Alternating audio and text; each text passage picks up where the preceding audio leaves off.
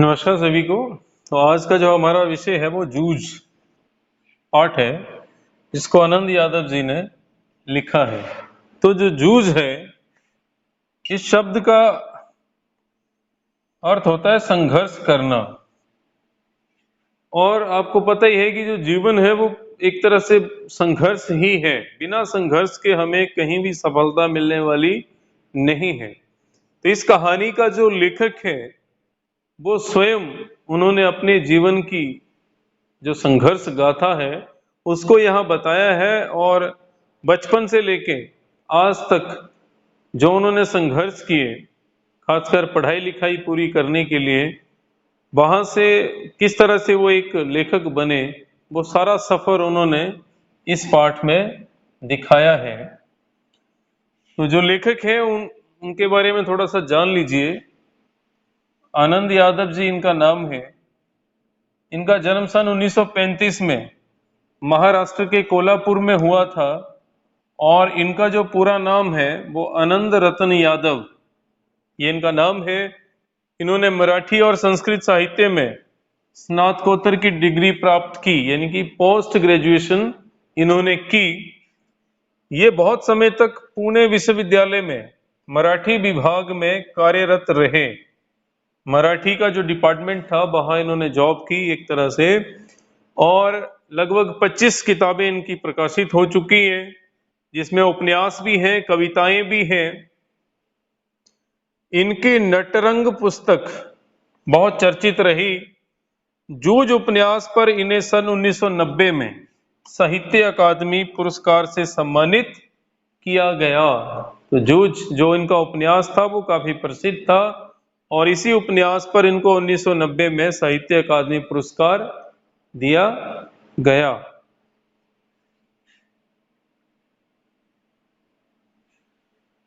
तो चलिए जानते हैं इस पाठ के बारे में कि क्या क्या इसमें होता है। मराठी भाषा के जाने माने कथाकार डॉक्टर आनंद यादव के विशेष प्रसिद्ध एवं चर्चित उपन्यास से ये अंश लिया गया है। उन्होंने अपना उपन्यास आत्मकथात्मक शैली में लिखा है, जिसमें उन्होंने अपनी ही कथा बताई है। और इसमें लेखक ने अपनी किशोरावस्था, जो एडोलेसेंट एज है, जिसमें ग्रामीण जीवन को जो उन्होंने देखा, जिया, उसके यथार्थ को उन्होंने इस उपन्यास में प्रस्तुत किया है। यथार्थ होता है रियलिटी। तो उस समय की जो ग्रामीण जो वास्तविकता थी उसको यहाँ पे उकेरा गया है। तो यह ध्यान रखिए कि जो लेखक हैं उनके पिता उन्हें स्कूल नहीं भेजते।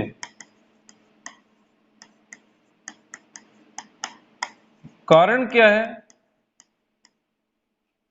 कि उनके खेत हैं और उन खेतों पे उसे जो है वो काम करने भेज दिया जाता है। खेतों में पानी लगाना है, जानवरों को चराना है, ये उनके प्रमुख काम है। स्वयं वो घूमते रहते हैं और इस वजह से पांचवी क्लास में से उनको हटा लिया गया है। अब जो लेखक है वो पढ़ना चाहता है, और एक दिन उनकी जो माता है वो कंडे बना रही होती हैं, पाथियां जिसको आप कहते हैं। तो वो माँ की सहायता कर रहा होता है, थोड़ा पानी वगैरह पकड़ा देता है।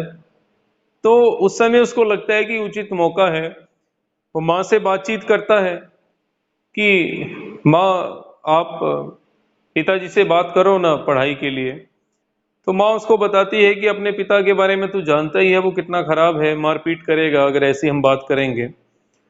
तो फिर गांव में एक बड़े महापुरुष हैं दत्ताजी राव सरकार, एक ऐसा व्यक्ति जिसकी लगभग सारे गांव वाले बात मानते हैं।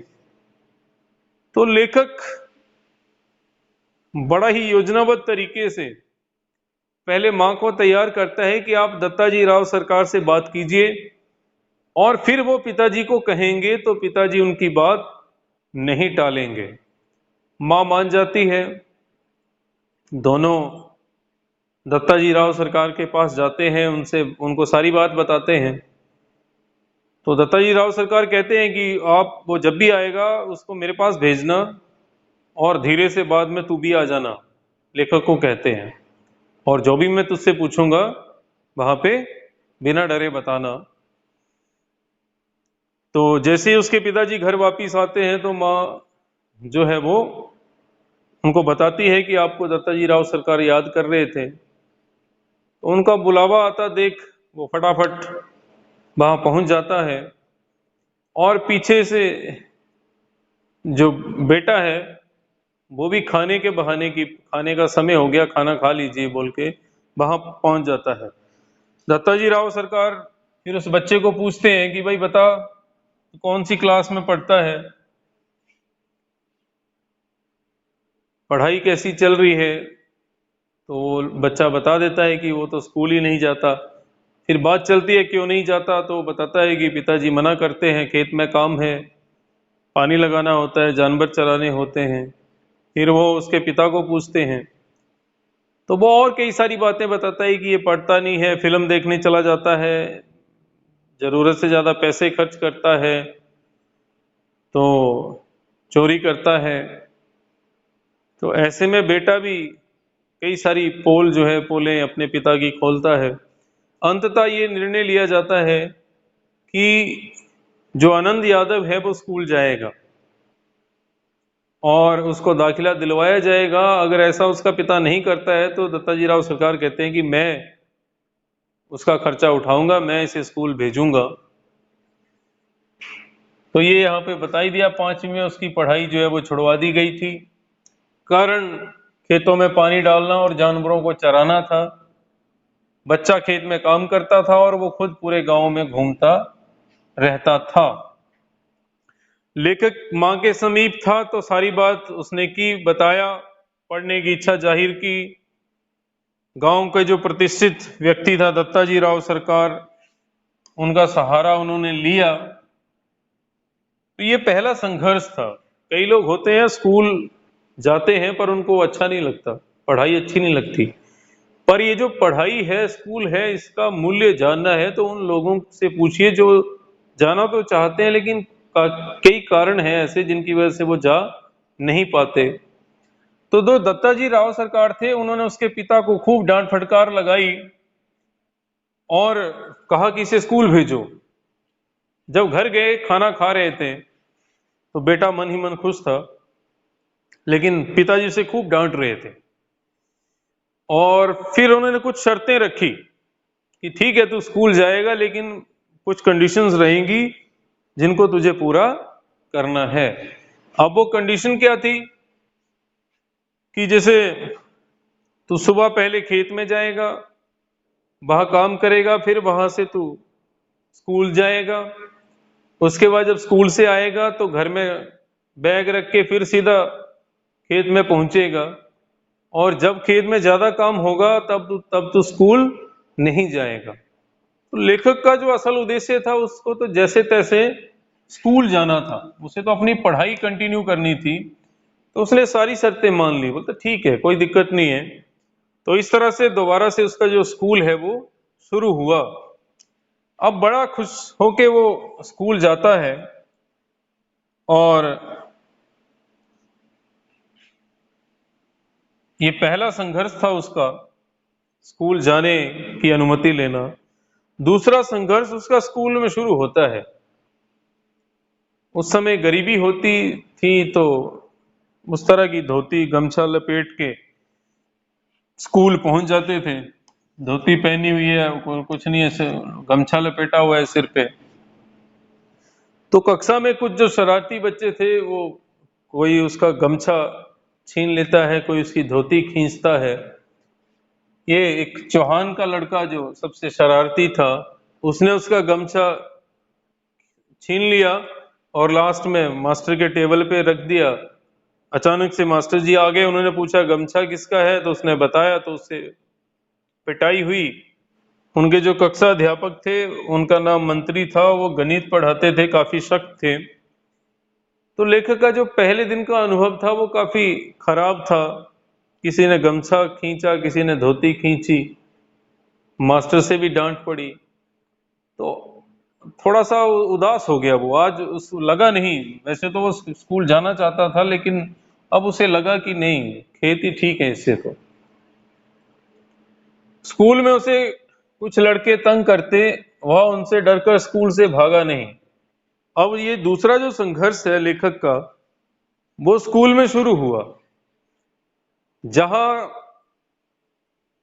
कई लड़कों ने उसे परेशान किया। उसके मन में भी आया कि इससे अच्छा तो खेत में ही था, वहां कम से कम कोई तंग नहीं करता था। लेकिन फिर भी वो वहां से भागा नहीं। मास्टरों को भी लगता था कि वो नालायक है, लेकिन उसने हार नहीं मानी और सारी परेशानियों का सामना वो हिम्मत के साथ करता रहा। आत्मविश्वास के साथ वो आगे बढ़ा और योजनाबद्ध तरीके से उसने सफलता को प्राप्त किया। कहते हैं संगत से रंगत होती है। तो कक्षा में जो सबसे अच्छा लड़का था पढ़ने में, बसंत पाटिल उसका नाम था, तो उसकी संगत में वो रहने लगा, उससे उसने दोस्ती कर ली। और जैसे जैसे वो करता था बसंत पाटिल, वो पूरी तरह से उसको फॉलो करने लगा, पढ़ाई भी वैसे करने लगा।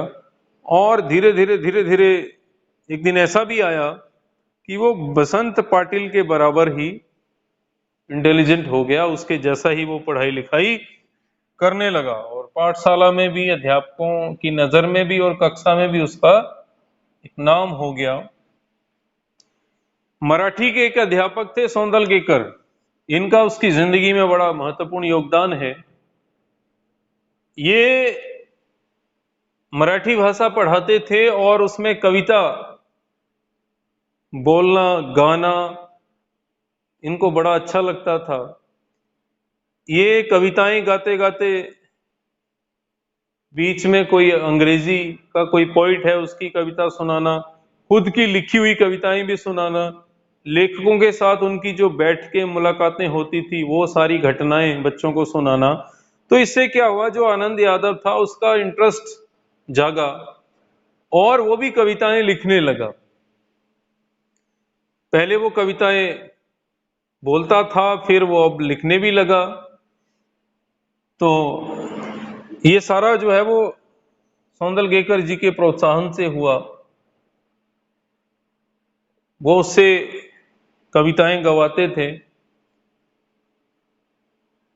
एक दिन उन्होंने उससे बड़ी कक्षा में भी उसे बुलवाया और उससे कविता गवाई, तो उसको थोड़ा हौसला आया, उसका आत्मविश्वास बढ़ा। लेखक को जब ये पता चला कि छोटी छोटी चीजों पे, मालती की बेल पे, कमरे पे, दरवाजे पे, सूरज पे, फूल पे, किसी भी विषय पे कविता लिखी जा सकती है, तो वो भी कोशिश करने लगा। और वो रोज कुछ ना कुछ लिखता और अपने अध्यापक को दिखाता। कई कई बार तो वो ऐसा भी होता कि संडे वाला दिन है, उस दिन भी वो टीचर के घर पहुंच जाता और वो भी उसे कई तरह की जानकारियां जो है वो दिया करते थे, छंद रस अलंकार के बारे में समझाते थे। और ऐसा करते करते करते वो आगे चल के एक अच्छा कवि बन गया। इसमें भी दो चीजें हैं कि वो स्कूल भी जा रहा था और खेत भी जा रहा था। पहले खेत में वो अकेला होता था, उसे वो चीज अच्छी नहीं लगती थी, लेकिन अब उसे अकेलापन अच्छा लगने लगा। क्यों अच्छा लगने लगा? क्योंकि वो वहां जाता और खुद में मस्त काव्य रचना करता। वो कभी भैंस की पीठ पे कविता लिखने लगता था, कभी पत्थरों पे। फिर वो मास्टर की एक्टिंग भी करता और उसके जैसा नाचने भी लगता, जोर जोर से कविता गाता। तो वहां कोई सुनने वाला नहीं है, इसलिए अब उसको अकेलापन अच्छा लगने लगा और वो पूरा मस्त होके कविताएं गाने, उनका अभिनय करने में जोर देने लगा। मास्टर ने लेखक का हौसला छठी सातवीं कक्षा के छात्रों और पाठशाला के समारोह में लेखक से कविता गवाकर बढ़ाया और इससे उसको आगे चल के बहुत फायदा हुआ। मैंने बताया है कि भैंसों को चराते चराते वो फसलों व जंगली फूलों पर तुकबंदी करने लगा, जोर जोर से गुनगुनाता, फिर मास्टर को दिखाता। कविता लिखने के लिए वो जेब में कागज या पेन हमेशा रखता था और वो ना हो तो कई बार जाके वो भैंस की पीठ पे ही कविता लिखने लगेगा। तो जब उसने ये ठान ही लिया था कि उसे लिखना है, तो फिर वो ये नहीं देखता था कि पेन है, कागज है, कभी भैंस की पीठ पे, पत्थरों पे। तो ये उसका कवि बनने का संघर्ष था। पहला पाठशाला जाने के लिए संघर्ष किया, दूसरा उसने पाठशाला में जो छात्र उससे छेड़छाड़ करने लगे वहां उसने जैसे तैसे चीजों को मैनेज किया, वहां भी वो एक संघर्ष ही था। तो पाठशाला में भी संघर्ष किया।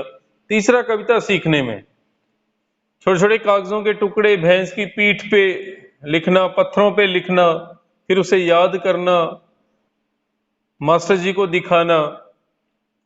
रात को ही मास्टर के घर वो कई बार चला जाता था और मास्टर जी से छंद, अलंकार, शुद्ध लेखन, लय का ज्ञान कराते थे। कई बार वो कुछ किताबें भी उसे दे दिया करते थे। तो इससे क्या हुआ कि एक तो उसकी मराठी भाषा भी सुधर गई और शब्दों के जो महत्व थे वो भी उसकी समझ में आने लगे।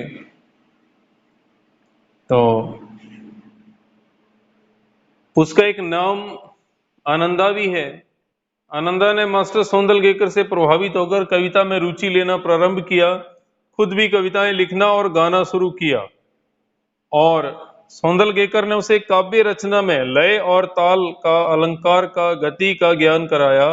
इसका परिणाम ये हुआ कि आगे चलकर आनंदा एक बहुत बड़ा लेखक बना।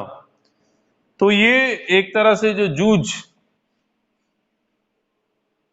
कहानी है जिसमें हर स्टेज में उसने स्ट्रगल किया, हर पहलू में संघर्ष था। पहला पाठशाला जाने की अनुमति लेने के लिए संघर्ष, दूसरा पाठशाला में संघर्ष, तीसरा कविता सीखने के लिए संघर्ष। तो ये तीन मुख्य पहलू आप याद रखिएगा। तो ये कुछ एक कठिन शब्द हैं जो इस पाठ में आए हैं, तो इन्हें आप देख सकते हैं, समझ सकते हैं। तो ये पाठ हमें ये बताता है कि जिंदगी के हर कदम पे संघर्ष हमें करना पड़ेगा, उसके बिना सफलता नहीं मिल सकती। इसलिए हमें संघर्ष की जो आदत है वो डाल लेनी चाहिए, तभी जो है वो सफलता हमें प्राप्त होगी। तो ये कुछ एक क्वेश्चंस हैं जिन्हें आप देख सकते हैं, जो काफी एक तरह से इम्पोर्टेंट है। ये भी है, इसमें सबसे महत्वपूर्ण क्वेश्चन यही आता है कि इस पाठ का जो शीर्षक है, टाइटल है जूझ, उसकी सार्थकता स्पष्ट कीजिए। Whether the title of this chapter is appropriate और नॉट। तो जूझ का अर्थ ही है संघर्ष करना, और इस कहानी का जो मुख्य नायक लेखक है उसने भी सारे पड़ावों पे संघर्ष ही किया। तो उस लिहाज से हम उन संघर्षों का वर्णन करेंगे और फिर बताएंगे कि ये जो पाठ का शीर्षक है वो पूरी तरह से उचित है। तो आज के लिए इतना ही, धन्यवाद।